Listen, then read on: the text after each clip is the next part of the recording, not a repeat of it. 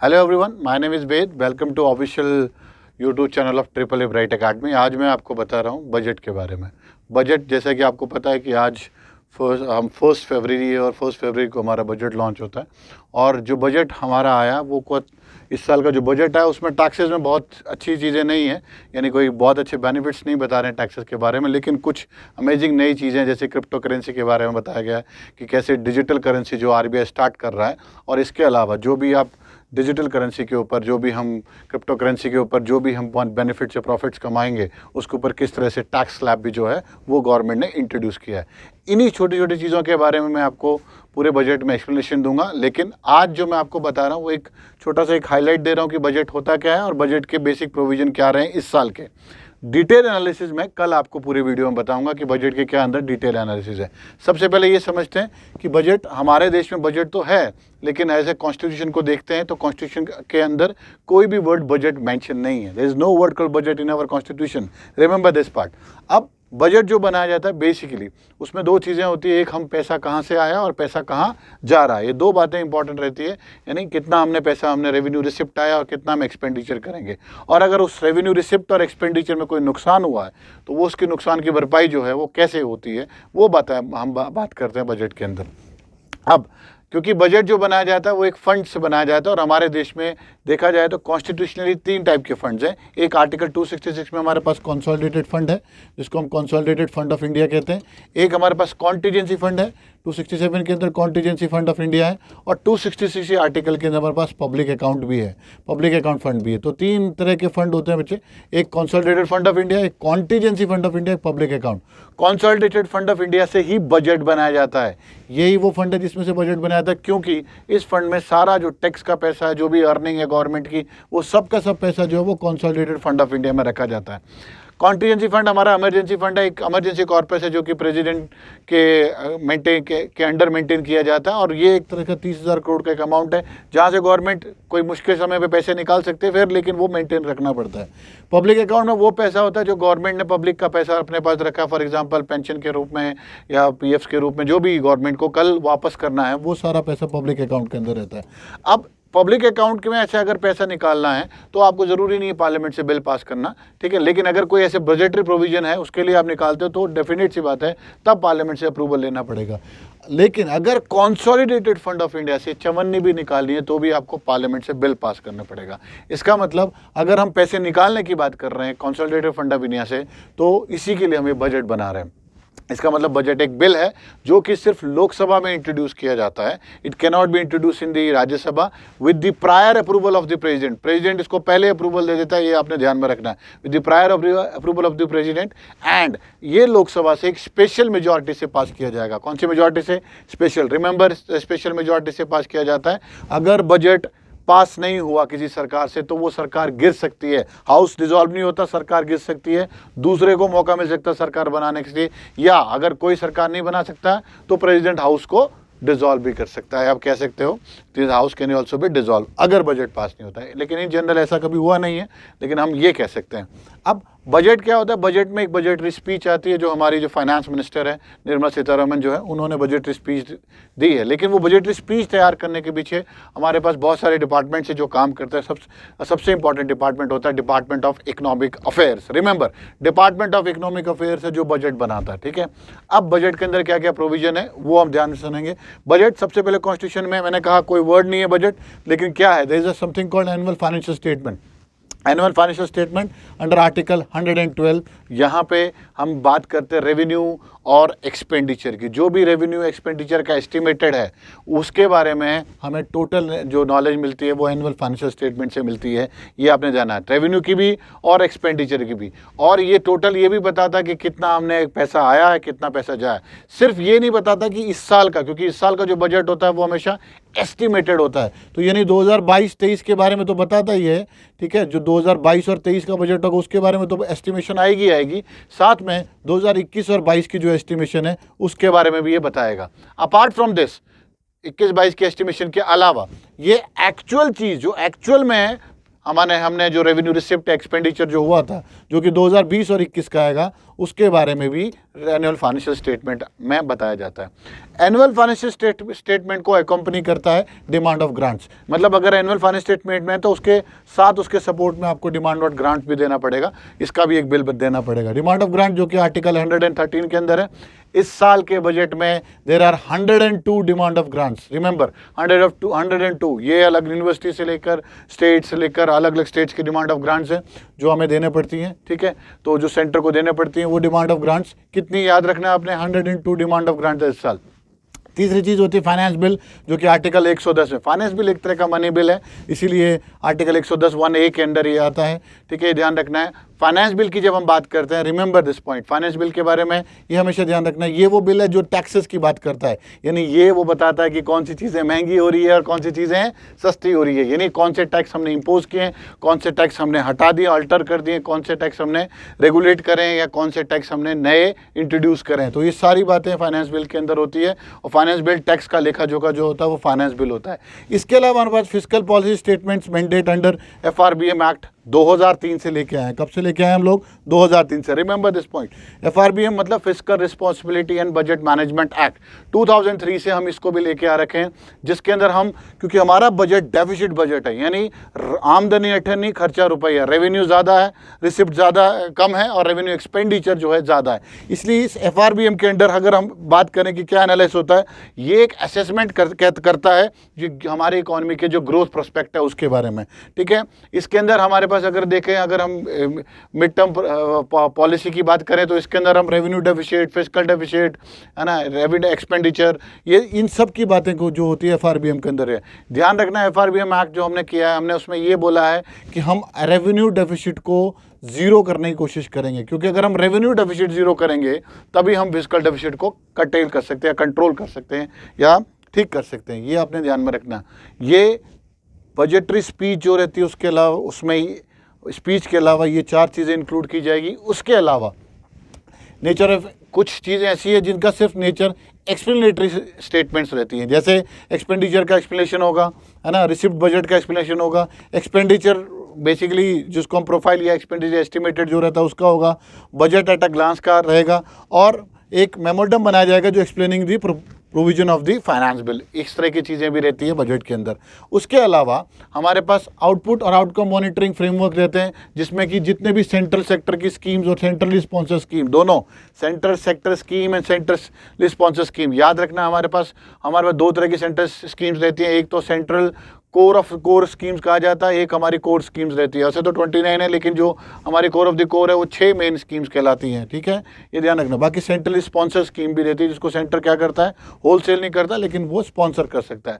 उसके अलावा की फीचर्स रहते हैं 2 हमारे बजट्स के, और लास्ट में हमारी इम्प्लीमेंटेशन ऑफ बजट अनाउंसमेंट 2021 और 22 की जो है वो भी रहती है। 21-22 की इम्प्लीमेंटेशन भी रहती है कि 21-22 में हमने क्या क्या किया था और कैसे कैसे उसको इम्प्लीमेंट किया था, तभी वो अगले साल एक्चुअल में आएगा।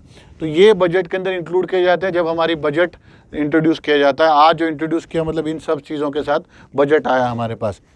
अब देखते हैं आज के बजट में क्या क्या चीज़ें स्पेशल रही है, ये देखते हैं।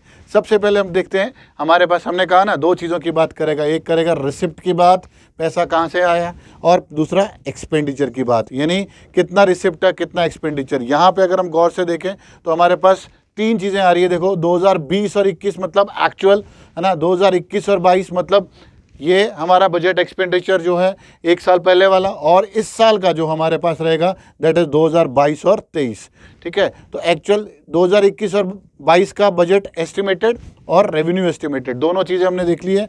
और यहाँ पे बजट एस्टिमेटेड जो है हम लोग बजट एस्टिमेटेड जो है वो हम देखते हैं 2022 और 23 का। अगर हम रिसिप्ट में जाते हैं, यानी जो सबसे डार्क है वो इस बार का एस्टिमेशन है, तो ये तो अगर हम रिसिप्ट की बात करते हैं तो हम ये देख सकते हैं कि रेवेन्यू रिसिप्ट कितना है हमारे पास इस बार, 22,04,422 इस बार का। और अगर हम कैपिटल रिसिप्ट की बात करते हैं 17 लाख, ठीक है, दैट इज अगेन 40,487, देख रहे 17,40,487 ये हमारे पास कैपिटल है। ये दोनों को मिला के रेवेन्यू रिसिप्ट और कैपिटल रिसिप्ट को हम टोटल रिसिप्ट की बात कर सकते हैं।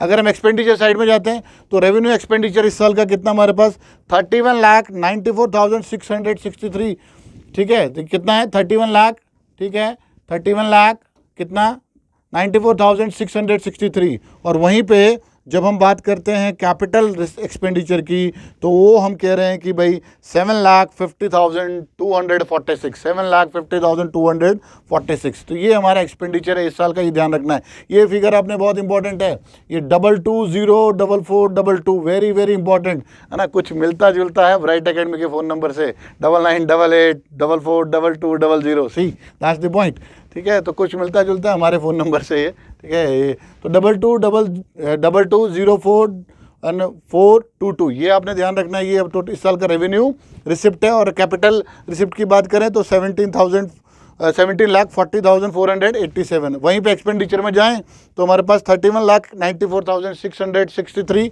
और कैपिटल एक्सपेंडिचर में जाते हैं तो 7,50,246। ये फिगर सबसे इंपॉर्टेंट है इस साल के बजट के लिए। दूसरी चीज़ देखते हैं कि पैसा कहाँ से आया और पैसा कहाँ जा रहा है। ये सबसे इंपॉर्टेंट चीज़ है, कहाँ से मनी आया और कहाँ से जा रहा है। सरप्राइजिंग चीज़ है इस बार, एक बहुत अच्छी चीज़ आपको समझने में आएगी। देखिए, हम हर साल ये सोचते थे कि हमारी जो कमाई है, जो मैक्सिमम जो आती रही है आज तक कमाई, वो कॉर्पोरेट टैक्स से आती रही है। इस बार सरप्राइजिंग है, आज बार कॉर्पोरेट टैक्स को पछाड़ दिया है। और वो पछाड़ दिया किसने दी? जीएसटी ने। ये देखिए जी, अगर हम कॉर्पोरेट टैक्स देख रहे हैं तो 15% कमाई कर रहा है, वहीं पे जीएसटी 16% कमाई कर रहा है। तो गवर्नमेंट ने कहा था कि जीएसटी जो है आने वाले टाइम में काफ़ी अच्छा करेगा। हालांकि पिछला कोविड की वजह से थोड़ा बहुत प्रॉब्लम रहा, जीएसटी उतनी कमाई नहीं करके गया, लेकिन अब अगर हम देखें तो जीएसटी जो है अच्छी कमाई दे रहा है। और ये आप देखिए बजट का जो हम रिसिप्ट कह रहे हैं, पैसे आने की बात कर रहे हैं, मैक्सिमम पैसा देख रहे हो आप, कॉर्पोरेट टैक्स को एक तरह से एक्सीड कर दिया किसने? जीएसटी ने। ये पहली बार हुआ हिस्ट्री के अंदर कि किसी ने कॉर्पोरेट टैक्स को पीछे कर दिया। अदरवाइज हिंदुस्तान में सारी कमाई जो है कॉर्पोरेट टैक्स से होती है। ये तो कॉर्पोरेट टैक्स ये एक बहुत ये अच्छी चीज़ दिखती है हमें, जीएसटी से कमाई की बात कर रहे हैं। दूसरे नंबर पे देख सकते हो आप, कॉर्पोरेट टैक्स और इनकम टैक्स दोनों 15% पे रेखा रुका है। 16% पे क्या है हमारे पास? जीएसटी है, 15% पे कॉर्पोरेट टैक्स, 15% पे हमारे पास इनकम टैक्स भी है। उसके अलावा अगर हम देखते हैं बाकी टैक्सेस की बात करते हैं तो हमारे पास एक्साइज ड्यूटी जो यूनियन की है वो 7% पे आती है। कस्टम ड्यूटी से हम लोग 5% कमा रहे हैं। वहीं पे नॉन टैक्स रेवेन्यू हमारे पास 5% आ रहा है। और जो नॉन डेट कैपिटल रिसिप्ट है वो हमारे पास 2% का है। तो ये अगर हम रेवेन्यू की बात करें तो ये सब था हमारे पास। ये ऊपर वाली जो बोरोइंग है, ये जो है ये रेवेन्यू में नहीं है, ये हमें बाद में बोरोइंग करने पड़ रही है। लेकिन अब डेफिनेट सी बात है, क्योंकि अब देखा जाए तो अगर हम टैक्सों की कमाई के अलावा अगर हम देखें, सबसे ज़्यादा अमाउंट बोरोइंग से आ रहा है आज भी। अच्छी बात ये है बच्चे, अच्छी बात हमारे देश की ये है कि हमारी ये जो बोरोइंग है, इसमें जो एक्सटर्नल बोरोइंग है वो बहुत कम है, बहुत ज़्यादा कम है।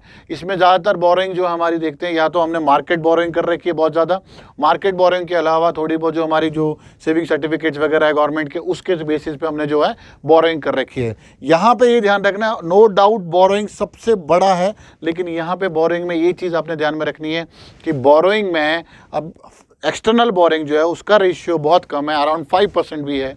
ये आपने ध्यान में रखना है। तो ये हमारा हो गया पैसा कहाँ से आया है, ध्यान रखिए। तो सरप्राइजिंग बात क्या है इस बार कि हमारे जीएसटी ने जो है कॉर्पोरेट को पीछे करके सबसे ज़्यादा जो है पैसा कहाँ से आया है? जीएसटी से।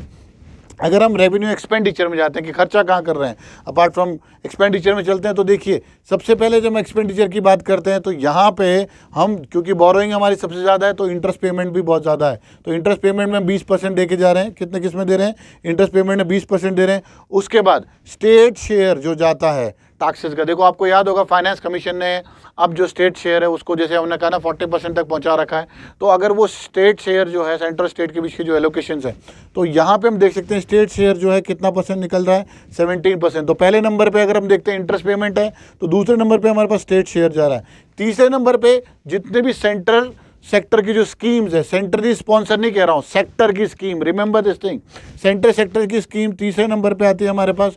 चौथे नंबर पे जो फाइनेंस कमीशन की अदर ट्रांजैक्शन और जो भी है वो हमारे पास नंबर 4 पे आती हैं, ठीक है। नंबर 5 पे हमारे पास सेंट्रली स्पॉन्सर स्कीम्स आती हैं, या फिर कोई और एक्सपेंडिचर है वो भी उसमें रहते हैं, ध्यान रहे। उसके बाद डिफेंस और सब्सिडी बराबर 8% पे नंबर 6 पे रहती है, the defence as well as subsidy. देखिए 8%। आप सरप्राइज इस बात से रहेंगे कि यहाँ पेंशन भी जो है वो उसको भी हम 4% डाल रहे हैं। ध्यान रहे, एक तरफ हम पेंशन के लिए रोते हैं कि न्यू पेंशन स्कीम है या पेंशन देश में नहीं, अभी जो पुरानी पेंशन से वो हट गई हैं तो कई बार डिमांड रखी जाती है। एक तरफ देख सकते हैं पेंशन का कितना बड़ा रोल आता है हमारे बजट के अंदर, एक्सपेंडिचर के अंदर। लेकिन अगर आप गौर से देखो अभी भी इसमें मेजर चंक एजुकेशन और हेल्थ का नहीं है, जो कि बहुत ज़्यादा रिक्वायर है। किसी भी देश का बजट बेस्ट तभी माना जाता है अगर एजुकेशन हेल्थ पे भी अच्छा एक्सपेंडिचर हो, लेकिन अभी भी हम हेल्थ पे वही हम 2% के आसपास चलते हैं और एजुकेशन में 1.5% के आसपास रह रहे हैं, तो इसलिए उसका यहाँ पे नाम नहीं है, बहुत कम में आता है, ये आपने ध्यान रखा। लेकिन कहीं ना कहीं इनडायरेक्ट मैनर में हम एजुकेशन और हेल्थ के ऊपर काफ़ी एक्सपेंडिचर और तरीके से भी कर रहे हैं, ठीक है, ये आपने ध्यान रखना है। अगर हम डेफिसिट की बात करें, देखिए बेसिकली हमारे पास क्या है कि अगर जो रेवेन्यू रिसिप्ट हुआ है अगर वो जो है कम है, जो हम खर्चा करने लगे रेवेन्यू एक्सपेंडिचर पे, तब जो नुकसान होता है उसको हम बोलते हैं रेवेन्यू डेफिसिट, ठीक है। इसको भरपाई करने के लिए हमने बोरोइंग वगैरह करी है, ठीक है, तो ये चीज़ हमने देखी है। तो अब यहाँ पे क्या हुआ, अगर हमने बोरोइंग कर ली तो इसको हो गया टोटल रिसिप्ट। अगर टोटल रिसिप्ट जो है ये भी ज़्यादा है किससे, हमारे पास टोटल एक्सपेंडिचर से, ठीक है, यानी टोटल एक्सपेंडिचर जो है वो ज़्यादा है और टोटल रिसिप्ट क्या है, कम है, तब यहाँ जो डेफिसिट हुआ उसको बजट डेफिसिट कहते हैं। लेकिन अगर मैं इसमें से बोरोइंग जो है, जो भी हमारी बोरोइंग है उसको हटा दूँ, ठीक है, तब जो डेफिसिट आएगा उसको हम बोलते हैं फिस्कल डेफिसिट। क्या बोलते हैं हम लोग, फिस्कल डेफिसिट, जब मैं बोरोइंग माइनस कर देता हूँ। और अगर मैं फिस्कल डेफिसिट में से अगर मैं ये देख लूँ कि भाई लाइबिलिटी जो है, इंटरेस्ट जो है हमारे, उसको हटा देता हूँ, तब जो हमारे पास डेफिसिट आता है that is called primary deficit. क्या कहते हैं, प्राइमरी डेफिसिट। तो ये हमारे पास 4 तरह के डेफिसिट हैं, एक रेवेन्यू डेफिसिट, एक बजटरी डेफिसिट, एक फिस्कल डेफिसिट और एक प्राइमरी डेफिसिट। अब यहाँ पे सबसे इंपॉर्टेंट चीज़ जो है हमारे पास वो फिस्कल डेफिसिट है, क्योंकि हमने ये कोशिश करी है, हमने कहा ना FRBM एक्ट 2003 के बाद से हमने ये कोशिश करी है fiscal responsibility budget management act के बाद कि रेवेन्यू डेफिसिट को हम जीरो कर देंगे। कितना कर देंगे, जीरो। अगर वो हो सकता है तो बहुत बढ़िया चीज़ है, लेकिन इस बार क्योंकि हमने GST से अच्छी कमाई कर रही है तो हमने किसी तरह से जो हमने वो टारगेट रखा है कि भी हम फिस्कल डेफिसिट को कम करेंगे, हालांकि 6.4 6.8 की बात कर, लेकिन हम 6.4 तक जो है इस बार लेके आए हैं अपना क्या, फिस्कल डेफिसिट। ये आपने ध्यान में रखना, 2022-23 की बात करें तो हमारा फिस्कल डेफिसिट देखिए 6.4 है। अगर हम रेवेन्यू डेफिसिट की बात करते हैं तो वो 3.8 पे आ गया है। इसको जितने जल्दी हो सकता है जीरो लेके जाना है हमने। और अगर हम इफेक्टिव रेवेन्यू देखो, फिस्कल डेफिसिट जीरो तभी होगा, FRBM ये कहता है कि फिस्कल डेफिसिट बाद में जीरो हो, रेवेन्यू डेफिसिट बाद में जीरो होगा, पहले आपको ERD that is effective revenue deficit को जीरो बनाना होगा। तो इफेक्टिव रेवेन्यू डेफिसिट अब तक हम कहाँ पहुँच चुके हैं, 2.8 में पहुँच चुके हैं, लेकिन जो हमारा प्राइमरी डेफिसिट है वो अभी भी 2.6 है। तो ये भी आपने ध्यान रखना है। तो ध्यान रखना, हाईएस्ट अभी भी हमारे पास क्या चल रहा है, फिस्कल डेफिसिट है, यानी आमदनी अटनी खर्चा रुपया वाला काम आज भी है। इसी कारण से महंगाई भी दिखती है हमें और महंगाई की मार भी हमें दिखती है। लेकिन नो डाउट बजट में काफ़ी सारी चीज़ें, नई चीज़ें आई हैं, लेकिन महंगाई को कटेल करने के लिए अभी भी जो इन्फ्लेशन है वो काफ़ी हाई है, उसको कटेल करना पड़ेगा, है ना, हमें रोकना पड़ेगा उस इन्फ्लेशन को। इन्फ्लेशन होना ज़रूरी है अगर इकोनॉमिक ग्रोथ चाहिए तो, लेकिन कंट्रोल्ड होना चाहिए। हम कह सकते हैं एक्सटर्नल फैक्टर्स भी हैं, जैसे पेट्रोल के प्राइसेस जो है ग्लोबली बहुत बढ़े हैं, उसके कारण भी हमारे पास इन्फ्लेशन दिखता है। लेकिन हाँ, इन्फ्लेशन एक प्रॉब्लम रही है। दूसरी बात, इस बजट में मिडिल क्लास के लिए टैक्स में कोई ज़्यादा एग्जेप्शन नहीं मिली है, तो एक मिडिल क्लास हमेशा इस फेवर में रहती है कि कुछ ना कुछ मिले बजट में, लेकिन इस बजट में ऐसा कुछ नहीं दिखता है, ठीक है, ये आपने ध्यान में रखना है। नेक्स्ट, अगर हम ये नंबर्स हम बात करें, ऑलरेडी मैं आपसे बात कर चुका हूँ बजट एस्टिमेटेड की, ये नंबर्स मैं ऑलरेडी डिस्कस कर चुका हूँ कि इस साल का रेवेन्यू रिसिप्ट कितना है, 22,04,422। अगर हम कैपिटल रिसिप्ट के बाद 17,40,487। अगर हम टोटल रिसिप्ट कहते हैं तो 39,44,909। See this is the figure 909। और टोटल रिसिप्ट की बात करें और टोटल एक्सपेंडिचर की बात करें तो वो भी इतना ही दिखता है, दैट इज 39,44,909।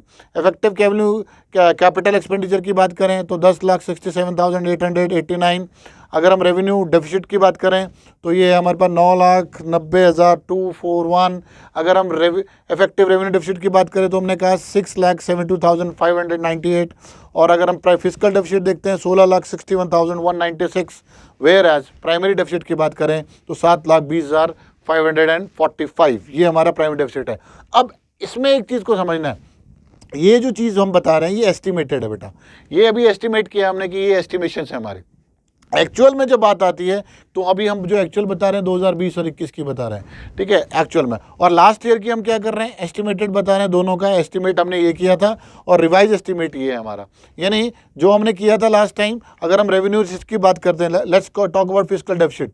लास्ट टाइम हमने बोला था फिस्कल डेफिसिट हमारा इतना होना चाहिए, दैट इज हमने एस्टिमेट किया था बजट में 15,06,882। हुआ कितना, 15,91,089, यानी ये इंक्रीज हुआ है। इसका मतलब जो ये कह रहे हैं इससे ज़्यादा ही होगा, डेफिनेट सी बात है। तो ये जब रिवाइज करते हैं तो हमें उसमें दिखता है। सेम वे जब एक्चुअल्स जो हमने बता रखे हैं ये एग्जैक्ट फिगर है। अगर आप इस 2020 और 21 का एस्टिमेटेड देखोगे तो आप यहाँ पे देखोगे कैसे चेंजेस हैं, है ना। चाहे रिसिप्ट की बात हो उसमें भी हम देखेंगे चेंजेस आ जाते हैं, और जो एक्सपेंडिचर की बात हो उसमें भी हमें चेंजेस आते हैं, और डेफिसिट की बात हो उसमें भी हमें चेंजेस दिखते हैं, ठीक है। तो क्योंकि बहुत सारे हमें वियर एंड टियर, लॉसेज, ये सारी चीज़ें देखने पड़ती हैं, उसके बाद हम इसको कैलकुलेट करते हैं। फिलहाल जो भी चीज़ होती है जो बजट के अंदर आती है वो एस्टिमेटेड है। इसीलिए तो कहते हैं कि बजट होता तो सबके लिए लेकिन समझ किसी किसी को आता है ना। तो इट्स वेरी थोड़ा सा कॉम्प्लिकेटेड रहता है, इसलिए आपने ध्यान रखना है। क्लियर है सबको ये, तो ये बात ध्यान में रखनी है। अब सबसे इम्पॉर्टेंट जो इस बार की जो स्कीम है वो, या जो बजट में एलोकेशन है वो है पीएम गति शक्ति। देखो पीएम गति शक्ति एक बहुत इंपॉर्टेंट प्रोजेक्ट है, जहाँ पे जिसकी वजह से हम ये कह सकते हैं सेंसेक्स में एक उछाल दिखता है इस पीएम गति शक्ति की वजह से। क्यों? क्योंकि देखिए ये इंफ्रास्ट्रक्चर के ऊपर खर्च करने की बात करता है, ये रोडवे, रेलवे, है ना, एयरपोर्ट्स, इन यानी इंटरलिंकिंग ऑफ रिवर्स, इन सारी चीज़ों पे फोकस कर रहा है।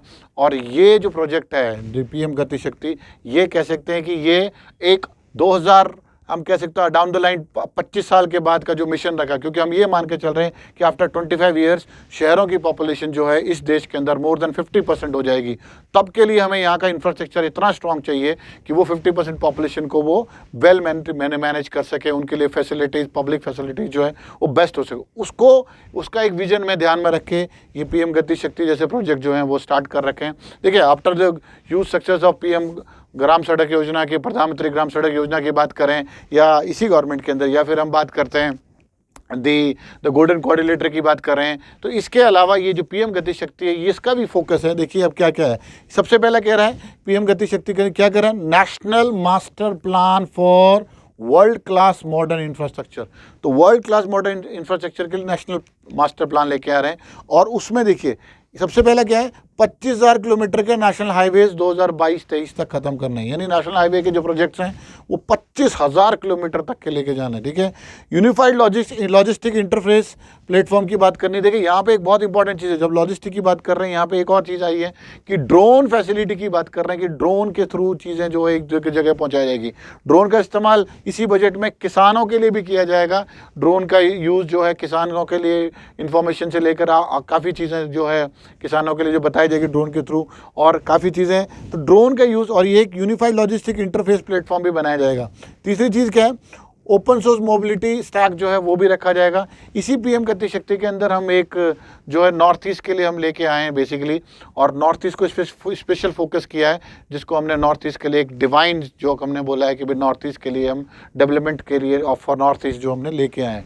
तो पीएम गति शक्ति के दूसरी चीज़ हमने देख सकते हैं integration of postal and railway network. Postal और रेलवे नेटवर्क को हम इंटीग्रेट कर रहे हैं। यहाँ पे एक अच्छी चीज़ और बताइए, पोस्टल में अगर आप बजट, मैंने कहा कि एक्सप्लेन तो मैं आपको कल डिटेल में बताऊंगा, लेकिन ये पॉइंट आपको और बता देता हूँ। यहाँ पे पोस्टल में एक चीज़ है कि पोस्टल जितने भी पोस्ट ऑफिस हैं इंडिया में वो सब अब CBS के अंडर आएंगे, यानी वो सब एज अ बैंक यूज़ करेंगे, और जैसे जो बैंकिंग के जो सिस्टम है that is core banking solution, उसका वो यूज़ कर सकते हैं। सारे के सारे पोस्टल जो हैं वो उसके एम्बिट में आएंगे सारे के सारे। दूसरा वन स्टेशन वन प्रोडक्ट, ये इंपॉर्टेंट स्कीम लेके आ रहे हैं। और 400 new generation Vande Mataram train जो हैं वो लेके आएंगे, न्यू जनरेशन की वंदे मातरम ट्रेन। इसके अलावा multi modal connectivity between urban transport and railway station, national ropeway development plan, ये हम खासतौर से जो माउंटेन एरियाज़ वगैरह हैं वहाँ के लिए हम ये लेके चल रहे हैं, नेशनल क्या कर रहे हैं, ropeway development plan and capacity building for infrastructure project. तो ये भी हम लेके चल रहे हैं। एग्रीकल्चर में एक बहुत अच्छी स्कीम है जहाँ पे हम इंटरलिंकिंग केन बेतवा जो रिवर लिंक प्रोजेक्ट है उसको अप्रूवल दिया है, और साथ में ये भी बोला है कि ऐसे 5 और प्रोजेक्ट जो हैं उनको भी फ्यूचर में हम क्या करेंगे, कर देंगे, ठीक है। इससे बहुत अच्छा एक बेनिफिट होता है इरिगेशन के लिए। अभी भी हिंदुस्तान में इरिगेशन की बहुत रिक्वायरमेंट है। तो ये सब चीज़ें इस साल के बजट में बचे। तो एक मैंने छोटा सा एक ओवरव्यू दिया आपको इस साल के बजट के बारे में। अब हम कल आएंगे तो डिटेल प्रोविजन करेंगे, ठीक है। ध्यान रखिए, बजट पे कमांड होना बहुत ज़रूरी है, बजट को जानना बहुत ज़रूरी है। Competition examination it's very very important. आप अपना करंट अफेयर इसके बेसिस पे प्रिपेयर कर सकते हो, और इसके साथ हमारी एक सीरीज़ और आएगी इकोनॉमिक सर्वे के ऊपर, वो भी मैं आपको डिटेल में बताऊँगा, ठीक है। इसको देख तब till then, thank you to everyone, जय हिंद।